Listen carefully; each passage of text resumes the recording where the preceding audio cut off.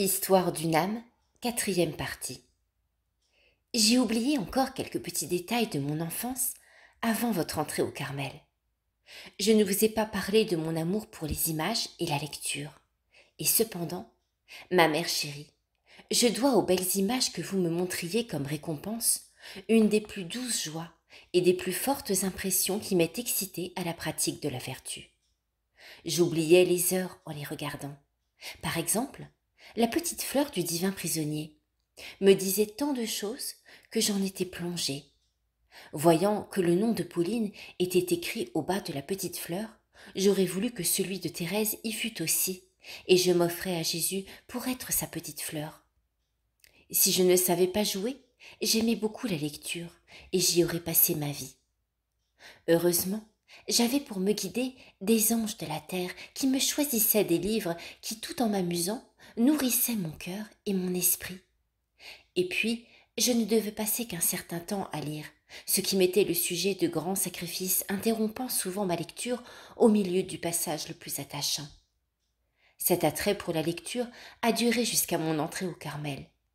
Dire le nombre de livres qui m'ont passé entre les mains ne me serait pas possible.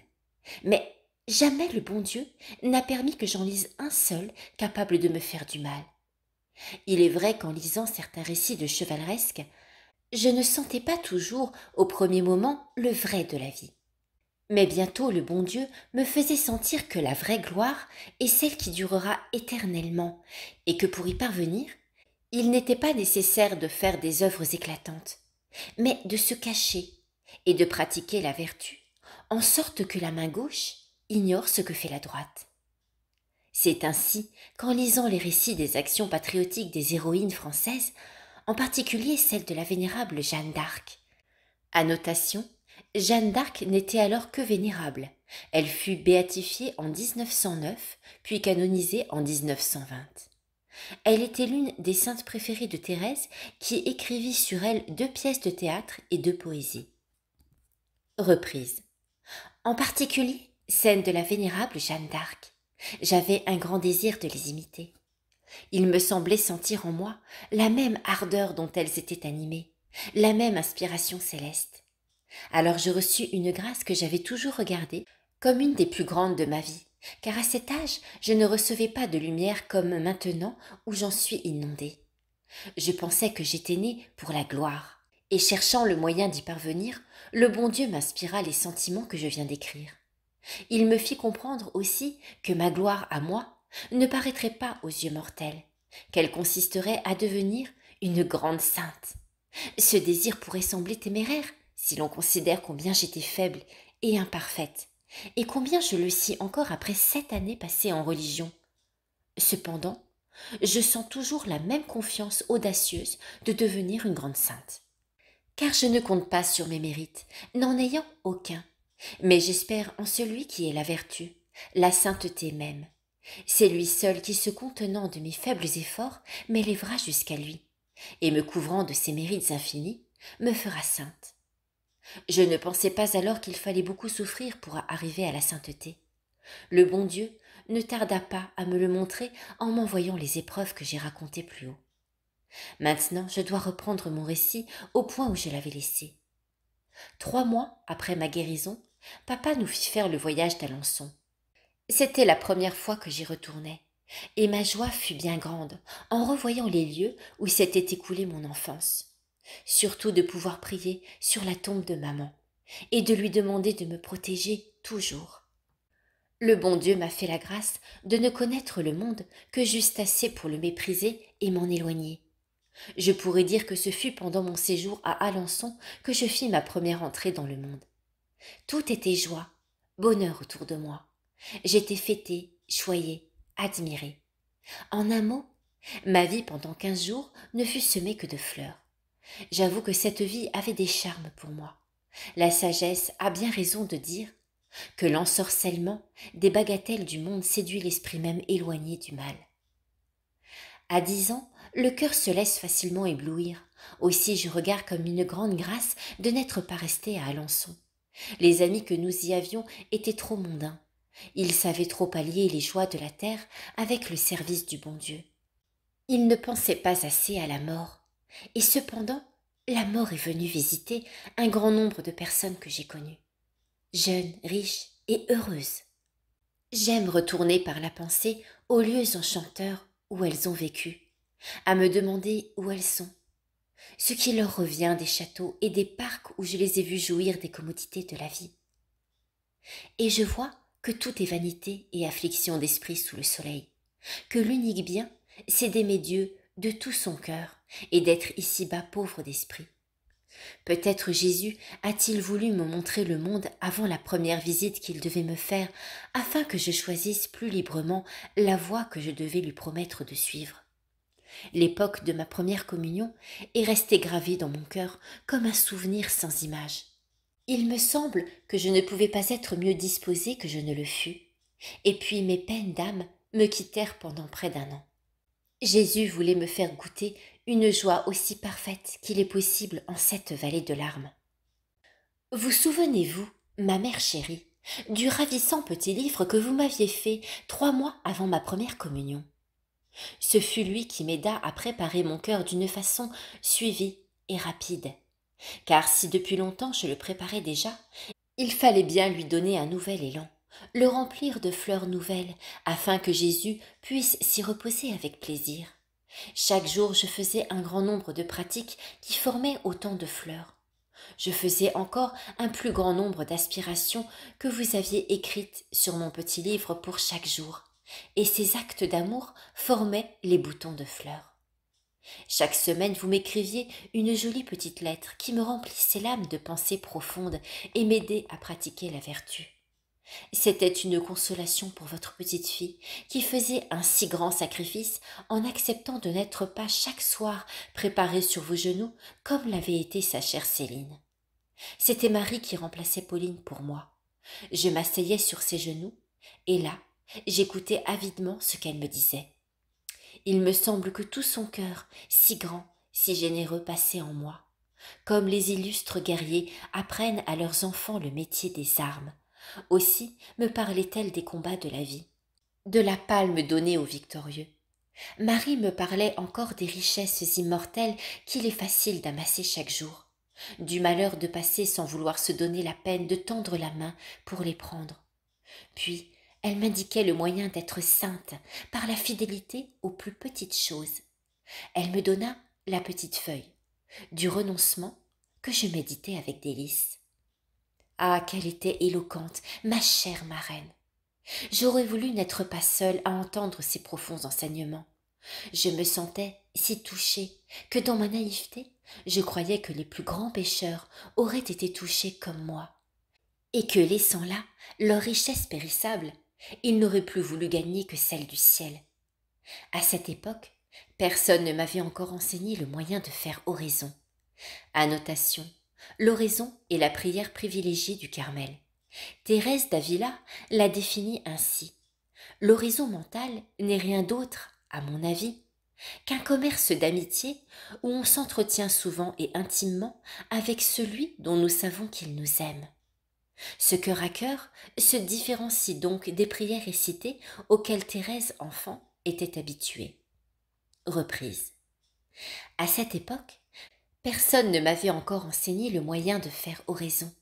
J'en avais cependant bien envie, mais Marie, me trouvant assez pieuse, ne me laissait faire que mes prières. Un jour, une de mes maîtresses de l'abbaye me demanda ce que je faisais les jours de congé lorsque j'étais seule. Je lui répondis que j'allais derrière mon lit dans un espace vide qui s'y trouvait et qu'il m'était facile de fermer avec le rideau, et que là, je pensais. « Mais à quoi pensez-vous » me dit-elle. « Je pense au bon Dieu, à la vie, à l'éternité. Enfin, je pense. » La bonne religieuse rit beaucoup de moi. Plus tard, elle aimait à me rappeler le temps où je pensais, me demandant si je pensais encore. Je comprends maintenant que je faisais oraison sans le savoir et que déjà le bon Dieu m'instruisait en secret. Les 3 mois de préparation passèrent vite. Bientôt je dus entrer en retraite et pour cela devenir grande pensionnaire, couchant à l'abbaye. Je ne puis dire le doux souvenir que m'a laissé cette retraite. Vraiment, si j'ai beaucoup souffert en pension, j'en ai été largement payée par le bonheur ineffable de ces quelques jours passés dans l'attente de Jésus. Je ne crois pas que l'on puisse goûter cette joie ailleurs que dans les communautés religieuses. Le nombre des enfants étant petit, il est facile de s'occuper de chacune en particulier. Et vraiment, nos maîtresses nous prodiguaient à ce moment des soins maternels. Elles s'occupaient encore plus de moi que des autres. Chaque soir, la première maîtresse venait avec sa petite lanterne m'embrasser dans mon lit en me montrant une grande affection. Un soir, touché de sa bonté, je lui dis que j'allais lui confier un secret, et tirant mystérieusement mon précieux petit livre qui était sous mon oreiller, je le lui montrai avec des yeux brillants de joie. Le matin, je trouvais cela bien gentil de voir toutes les élèves se lever dès le réveil et de faire comme elles. Mais je n'étais pas habituée à faire ma toilette toute seule. Marie était là pour me friser. Aussi j'étais obligée d'aller timidement présenter mon peigne à la maîtresse de la chambre de toilette. Elle riait en voyant une grande fille de 11 ans, ne sachant pas se servir. Cependant elle me peignait, mais pas si doucement que Marie. Et pourtant, je n'osais pas crier, ce qui m'arrivait tous les jours sous la douce main de ma reine. Je fis l'expérience pendant ma retraite que j'étais une enfant choyée et entourée comme il y en a peu sur la terre, surtout parmi les enfants qui sont privés de leur mère. Tous les jours, Marie et Léonie venaient me voir avec papa, qui me comblait de gâteries. Aussi je n'ai pas souffert de la privation d'être loin de la famille, et rien ne vint obscurcir le beau ciel de ma retraite. J'écoutais avec beaucoup d'attention les instructions que nous faisait monsieur l'abbé Daumain, et j'en écrivais même le résumé. Pour mes pensées, je ne voulus en écrire aucune, disant que je me rappellerais bien ce qui fut vrai. C'était pour moi un grand moment d'aller avec les religieuses à tous les offices. Je me faisais remarquer au milieu de mes compagnes par un grand crucifix que Léonie m'avait donné, et que je passais dans ma ceinture à la façon des missionnaires. Ce crucifix faisait envie aux religieuses qui pensaient que je voulais, en le portant, imiter ma sœur carmélite. Ah, c'était bien vers elle qu'allaient mes pensées. Je savais que ma Pauline était en retraite, comme moi, non pour que Jésus se donne à elle, mais pour se donner elle-même à Jésus. Annotation, la profession religieuse de Pauline eut lieu le même jour que la première communion de Thérèse, le 8 mai 1884. Reprise. Cette solitude passée dans l'attente m'était donc doublement chère. Je me rappelle qu'un matin, on m'avait fait aller dans l'infirmerie parce que je toussais beaucoup. Depuis ma maladie, mes maîtresses faisaient une grande attention à moi. Pour un léger mal de tête, ou bien si elles me voyaient plus pâle qu'à l'ordinaire, elles m'envoyaient prendre l'air ou me reposer à l'infirmerie. Je vis entrer ma Céline chérie. Elle avait obtenu la permission de venir me voir malgré la retraite pour m'offrir une image qui me fait bien plaisir. C'était la petite fleur du divin prisonnier. Oh, qu'il m'a été doux de recevoir ce souvenir de la main de Céline. Combien de pensées d'amour n'ai-je pas eues à cause d'elle? La veille du grand jour, je reçus l'absolution pour la seconde fois. Ma confession générale me laissait une grande paix dans l'âme et le bon Dieu ne permit pas que le plus léger nuage vînt la troubler. L'après-midi, je demandai pardon à toute la famille qui vint me voir. Mais je ne pus parler que par mes larmes. J'étais trop émue. Pauline n'était pas là. Cependant, je sentais qu'elle était près de moi par le cœur. Elle m'avait envoyé une belle image par Marie, et je ne me lassais pas de l'admirer et de la faire admirer par tout le monde. J'avais écrit au bon père Pichon pour me recommander à ses prières, lui disant aussi que bientôt je serais carmélite et qu'alors il serait mon directeur. C'est en effet ce qui arriva 4 ans plus tard, puisque ce fut au Carmel que je lui ouvris mon âme. Marie me donna une lettre de lui. Vraiment, j'étais trop heureuse. Tous les bonheurs m'arrivaient ensemble.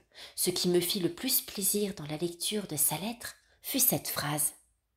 Demain, je monterai au Saint-Autel pour vous et votre Pauline. Pauline et Thérèse devinrent le 8 mai de plus en plus unies, puisque Jésus semblait les confondre en les inondant de ses grâces. Le beau jour entre les jours arriva enfin. Quels ineffables souvenirs ont laissé dans mon âme les plus petits détails de cette journée au ciel. Le joyeux réveil de l'aurore, les baisers respectueux et tendres des maîtresses et des grandes compagnes. La grande chambre, remplie de flocons neigeux, dont chaque enfant se voyait vêtir à son tour. Surtout l'entrée à la chapelle et le chant matinal du beau cantique. Ô saint autel qu'environnent les anges! Mais je ne peux pas entrer dans les détails. Il est de ces choses qui perdent leur parfum dès qu'elles sont exposées à l'air. Il est des pensées de l'âme qui ne peuvent se traduire en langage de la terre sans perdre leur sens intime et céleste. Elles sont comme cette pierre blanche qui sera donnée au vainqueur et sur laquelle est écrit un nom que nul ne connaît que celui qui la reçoit. Ah, qu'il est doux, le premier baiser de Jésus à mon âme! Ce fut un baiser d'amour. Je me sentais aimée. Et je disais aussi, je vous aime, je me donne à vous pour toujours. Il n'y eut pas de demande, pas de lutte, de sacrifice. Depuis longtemps, Jésus et la pauvre petite Thérèse s'étaient regardés et s'étaient compris. Ce jour-là, ce n'était plus un regard, mais une fusion. Ils n'étaient plus deux. Thérèse avait disparu, comme la goutte d'eau qui se perd au sein de l'océan. Jésus restait seul. Il était le maître, le roi. Thérèse ne lui avait-elle pas demandé de lui ôter sa liberté? Car sa liberté lui faisait peur. Elle se sentait si faible, si fragile, que pour jamais elle voulait s'unir à la force divine. Sa joie était trop grande, trop profonde pour qu'elle pût la contenir. Des larmes délicieuses l'inondèrent bientôt au grand étonnement de ses compagnes, qui plus tard se disaient l'une à l'autre. Pourquoi donc a-t-elle pleuré? N'avait-elle pas quelque chose qui la gênait? Non, c'était plutôt de ne pas voir sa mère auprès d'elle, ou sa sœur qu'elle aime tant qui est carmélite. Elle ne comprenait pas que toute la joie du ciel, venant dans un cœur, ce cœur exilé, ne puisse la supporter sans répandre des larmes. Oh non, l'absence de maman ne me faisait pas de peine le jour de ma première communion. Le ciel n'était-il pas dans mon âme, et maman n'y avait-elle pas pris place depuis longtemps? Ainsi, en recevant la visite de Jésus, je recevais aussi celle de maman chérie qui me bénissait, se réjouissant de mon bonheur. Je ne pleurais pas l'absence de Pauline. Sans doute j'aurais été heureuse de la voir à mes côtés. Mais depuis longtemps mon sacrifice était accepté. En ce jour, la joie seule remplissait mon cœur. Je m'unissais à elle qui se donnait irrévocablement à celui qui se donnait si amoureusement à moi. L'après-midi, ce fut moi qui prononçai l'acte de consécration à la Sainte Vierge. Il était bien juste que je parle au nom de mes compagnes à ma mère du ciel, moi qui avais été privée si jeune de ma mère de la terre. Je mis tout mon cœur à lui parler, à me consacrer à elle, comme une enfant qui se jette entre les bras de sa mère et lui demande de veiller sur elle. Il me semble que la Sainte Vierge dut regarder sa petite fleur et lui sourire. N'était-ce elle qui l'avait guérie par un visible sourire? N'avait-elle pas déposé dans le calice de sa petite fleur son Jésus, la fleur des champs, le lys des vallées? Au soir de ce beau jour, je retrouvai ma famille de la terre. Déjà le matin après la messe, j'avais embrassé papa et tous mes chers parents, mais alors c'était la vraie réunion. Papa, prenant la main de sa petite reine, se dirigea vers le Carmel. Alors je vis ma Pauline devenue l'épouse de Jésus. Je la vis avec son voile blanc comme le mien et sa couronne de roses. Ah, ma joie fut sans amertume. J'espérais la rejoindre bientôt et attendre avec elle le ciel. Je ne fus pas insensible à la fête de famille qui eut lieu le soir de ma première communion. La belle montre que me donna mon roi me fit un grand plaisir.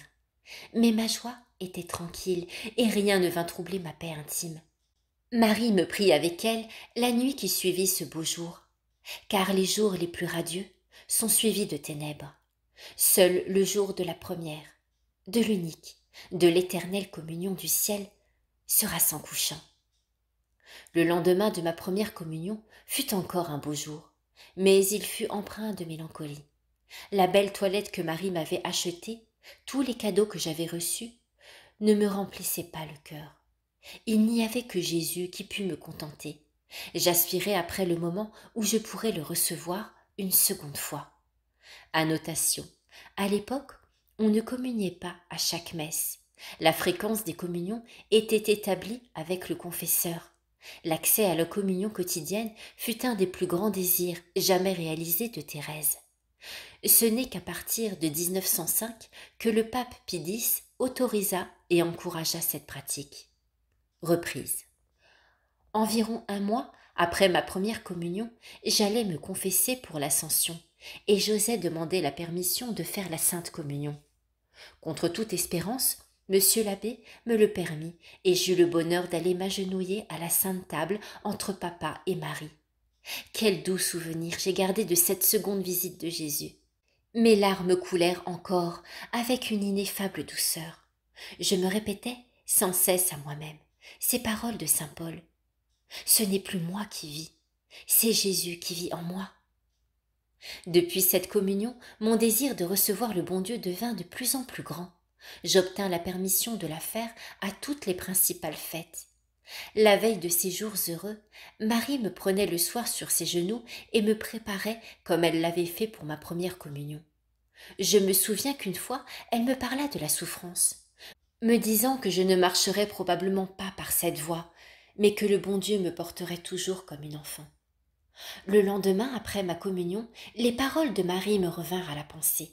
Je sentis naître en mon cœur un grand désir de la souffrance, et en même temps l'intime assurance que Jésus me réservait un grand nombre de croix. Je me sentis inondée de consolations si grandes que je les regarde comme une des grâces les plus grandes de ma vie. La souffrance devint mon attrait. Elle avait des charmes qui me ravissaient sans les bien connaître. Jusqu'alors j'avais souffert sans aimer la souffrance. Depuis ce jour, je sentis pour elle un véritable amour. Je sentais aussi le désir de n'aimer que le bon Dieu, de ne trouver de joie qu'en lui. Souvent, pendant mes communions, je répétais ces paroles de l'imitation. Annotation. L'imitation de Jésus-Christ est un manuel de vie chrétienne du XIVe siècle. Thérèse le connaissait presque par cœur. Par ailleurs, vous pouvez le retrouver en audio sur cette chaîne La Voix de Dieu par la Voix des Saints, l'imitation de Jésus-Christ. Reprise. Je répétais ces paroles de l'imitation. Ô Jésus, douceur ineffable, changez pour moi en amertume toutes les consolations de la terre. Cette prière sortait de mes lèvres sans effort, sans contrainte. Il me semblait que je la répétais non par ma volonté, mais comme une enfant qui redit les paroles qu'une personne amie lui inspire. Plus tard, je vous dirai, ma mère chérie, comment Jésus s'est plu à réaliser mon désir, comment il fut toujours, lui seul, ma douceur ineffable. Si je vous en parlais tout de suite, je serais obligée d'anticiper sur le temps de ma vie de jeune fille. Il me reste encore beaucoup de détails à vous donner sur ma vie d'enfant. Peu de temps après ma première communion, j'entrai de nouveau en retraite pour ma confirmation. Je m'étais préparée avec beaucoup de soin à recevoir la visite de l'Esprit Saint. Je ne comprenais pas qu'on ne fasse pas une grande attention à la réception de ce sacrement d'amour. Ordinairement, on ne faisait qu'un jour de retraite pour la confirmation. Mais Monseigneur, n'ayant pu venir au jour marqué, j'eus la consolation d'avoir 2 jours de solitude. Pour nous distraire, notre maîtresse nous conduisit au mont Cassin. Et là, je cueillis à pleines mains des grandes pâquerettes pour la fête Dieu. Ah, que mon âme était joyeuse! Comme les apôtres, j'attendais avec bonheur la visite de l'Esprit Saint. Je me réjouissais à la pensée d'être bientôt parfaite chrétienne. Annotation. Dans l'Église catholique, le sacrement de confirmation marque la fin de l'initiation chrétienne. Reprise. Je me réjouissais à la pensée d'être bientôt parfaite chrétienne, et surtout à celle d'avoir éternellement sur le front la croix mystérieuse que l'évêque marque en imposant le sacrement. Enfin l'heureux moment arriva. Je ne sentis pas un vent impétueux au moment de la descente du Saint-Esprit, mais plutôt cette brise légère dont le prophète Élie entendit le murmure au mont Horeb. En ce jour, je reçus la force de souffrir, car bientôt après, le martyre de mon âme devait commencer. Ce fut ma chère petite Léonie qui me servit de marraine. Elle était si émue qu'elle ne put empêcher ses larmes de couler tout le temps de la cérémonie. Avec moi, elle reçut la Sainte Communion, car j'eus encore le bonheur de m'unir à Jésus en ce beau jour. Après ces délicieuses et inoubliables fêtes, ma vie entra dans l'ordinaire, c'est-à-dire que je dus reprendre la vie de pensionnaire qui m'était si pénible. Au moment de ma première communion, j'aimais cette existence avec des enfants de mon âge, toutes remplies de bonne volonté, ayant pris comme moi la résolution de pratiquer sérieusement la vertu. Mais il fallait me remettre en contact avec des élèves bien différentes, dissipées, ne voulant pas observer la règle, et cela me rendait bien malheureuse. J'étais d'un caractère gai, mais je ne savais pas me livrer aux jeux de mon âge. Souvent pendant les récréations, je m'appuyais contre un arbre, et là, je contemplais le coup d'œil, me livrant à de sérieuses réflexions. J'avais inventé un jeu qui me plaisait, c'était d'enterrer les pauvres petits oiseaux que nous trouvions morts sous les arbres. Beaucoup d'élèves voulurent m'aider en sorte que notre cimetière devint très joli, planté d'arbres et de fleurs proportionnées à la grandeur de nos petits emplumés. J'aimais encore à raconter des histoires que j'inventais à mesure qu'elles me venaient à l'esprit. Mes compagnes alors m'entouraient avec empressement, et parfois de grandes élèves se mêlaient à la troupe des auditeurs. La même histoire durait plusieurs jours, car je me plaisais à la rendre de plus en plus intéressante à mesure que je voyais les impressions qu'elle produisait et qui se manifestaient sur les visages de mes compagnes.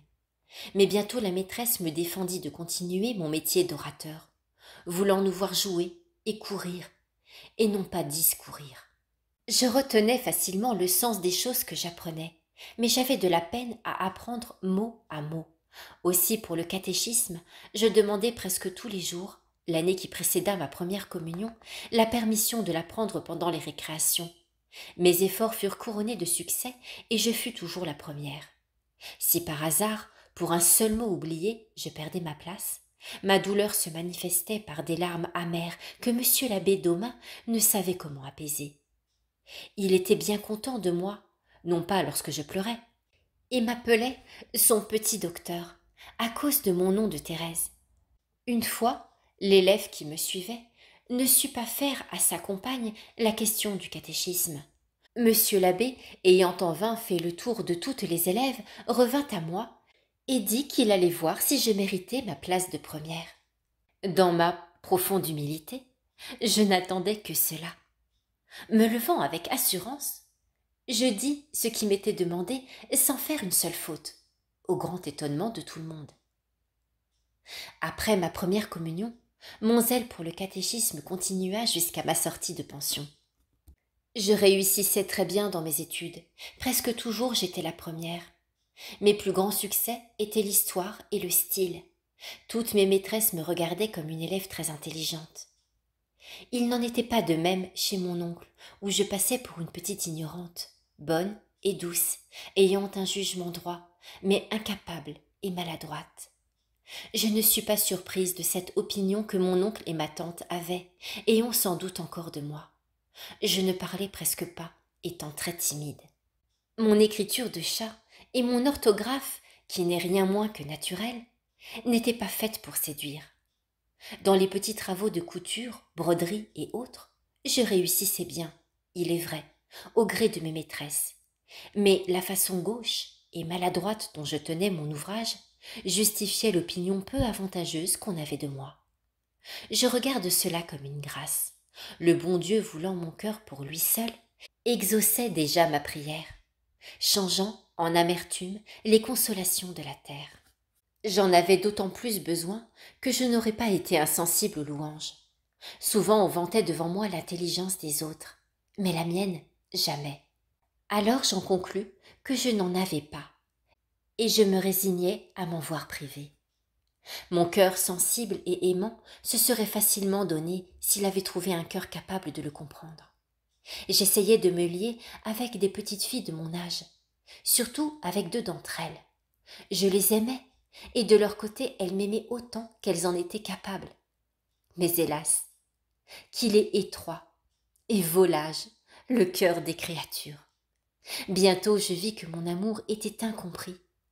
Une de mes amies, ayant été obligée de rentrer dans sa famille, revint quelques mois après.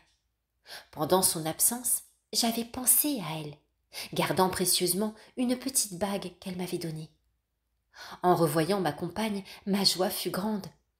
Mais hélas, je n'obtins qu'un regard indifférent. Mon amour n'était pas compris.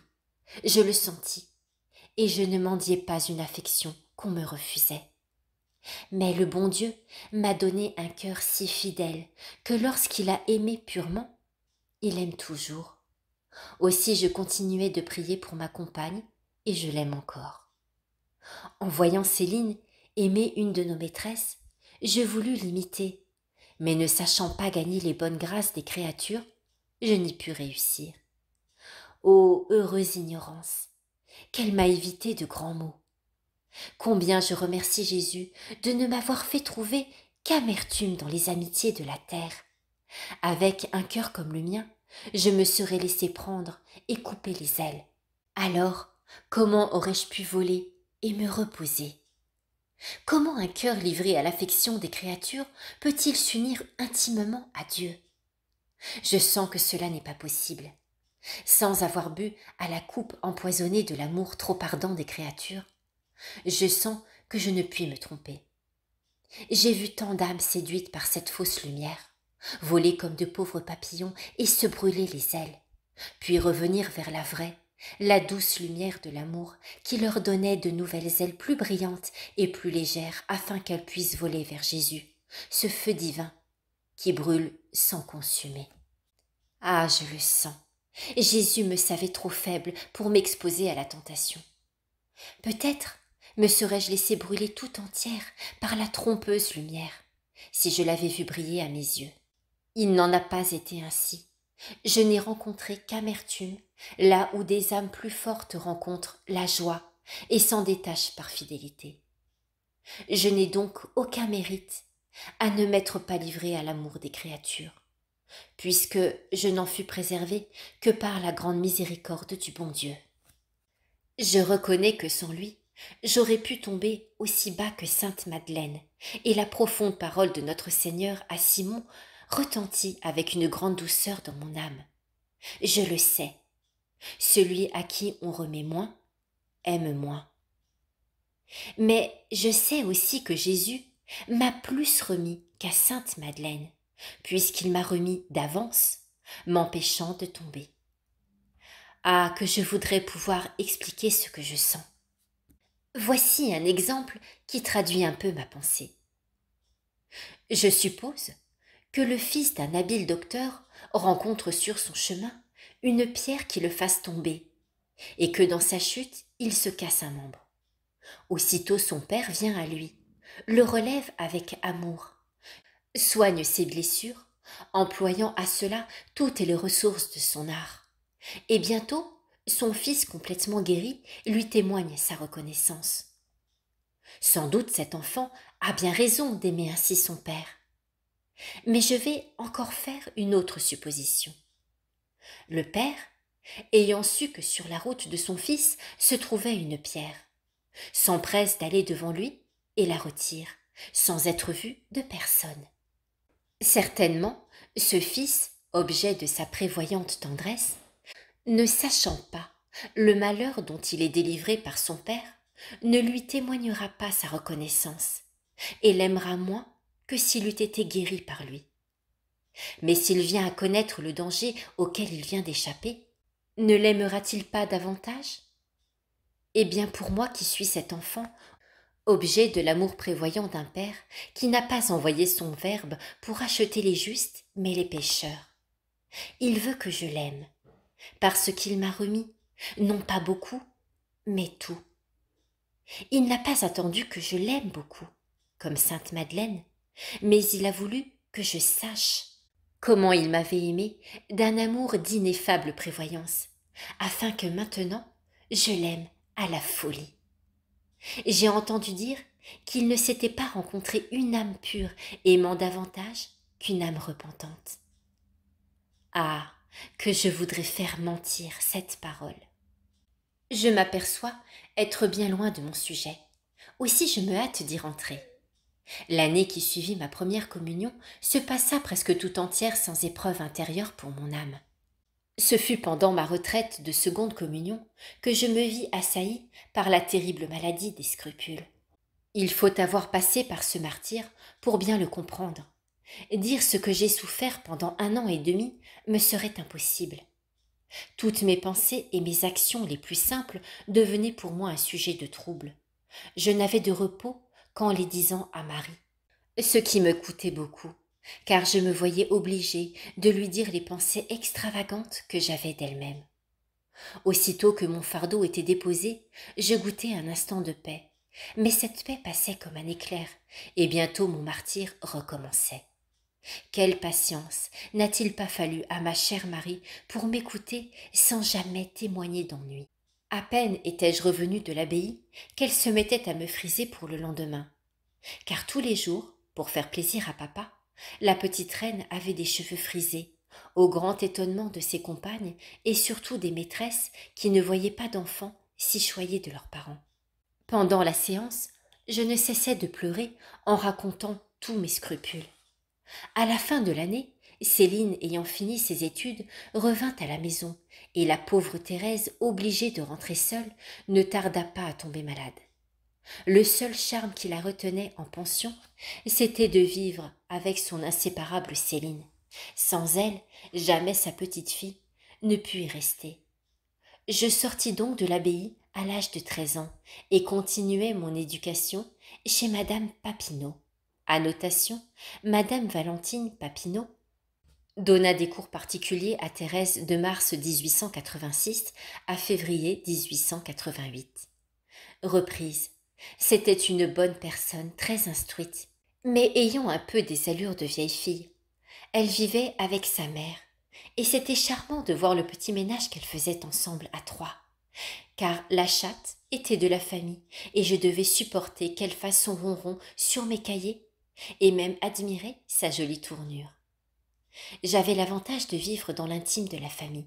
Les buissonnets étant trop éloignés pour les jambes un peu vieillies de ma maîtresse, elle avait demandé que je vienne prendre mes leçons chez elle. Lorsque j'arrivais, je me trouvais ordinairement que la vieille dame Cochin, qui me regardait avec ses grands yeux clairs. Et puis elle appelait d'une voix calme et sententieuse. « Madame Papineau, mademoiselle Thérèse est là. » Sa fille lui répondait promptement d'une voix enfantine. « Me voilà, maman. » Et bientôt, la leçon commençait. Ces leçons avaient encore l'avantage, en plus de l'instruction que j'y recevais, de me faire connaître le monde. Qui aurait pu le croire? Dans cette chambre meublée à l'antique, entourée de livres et de cahiers, j'assistais souvent à des visites de tout genre. Prêtres, dames, jeunes filles, etc. Madame Cochin faisait autant que possible les frais de la conversation afin de laisser sa fille me donner la leçon. Mais ces jours-là, je n'apprenais pas grand-chose. Le nez dans un livre, j'entendais tout ce qui se disait, et même ce qu'il eût mieux valu, pour moi, ne point entendre. La vanité se glisse si facilement dans le cœur. Une dame disait que j'avais de beaux cheveux. Une autre, en sortant, croyant ne pas être entendue, demandait qui était cette jeune fille si jolie. Et ces paroles, d'autant plus flatteuses qu'elles n'étaient pas dites devant moi, laissaient dans mon âme une impression de plaisir qui me montrait clairement combien j'étais remplie d'amour-propre. Oh, comme j'ai compassion des âmes qui se perdent. Il est si facile de s'égarer dans les sentiers fleuris du monde.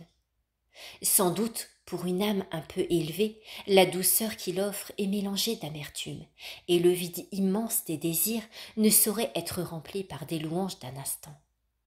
Mais si mon cœur n'avait pas été élevé vers Dieu dès son éveil, si le monde m'avait souri dès mon entrée dans la vie, que serais-je devenue? Ô ma mère chérie, avec quelle reconnaissance je chante les miséricordes du Seigneur. Ne m'a-t-il pas, suivant ces paroles de la sagesse, retiré du monde avant que mon esprit fût corrompu par sa malice, et que ses apparences trompeuses n'aient séduit mon âme?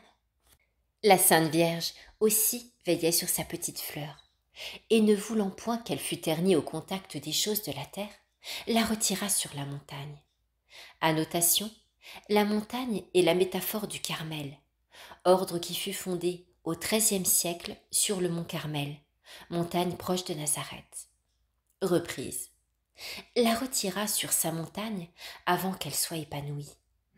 En attendant cet heureux moment, la petite Thérèse grandissait en amour de sa mère du ciel.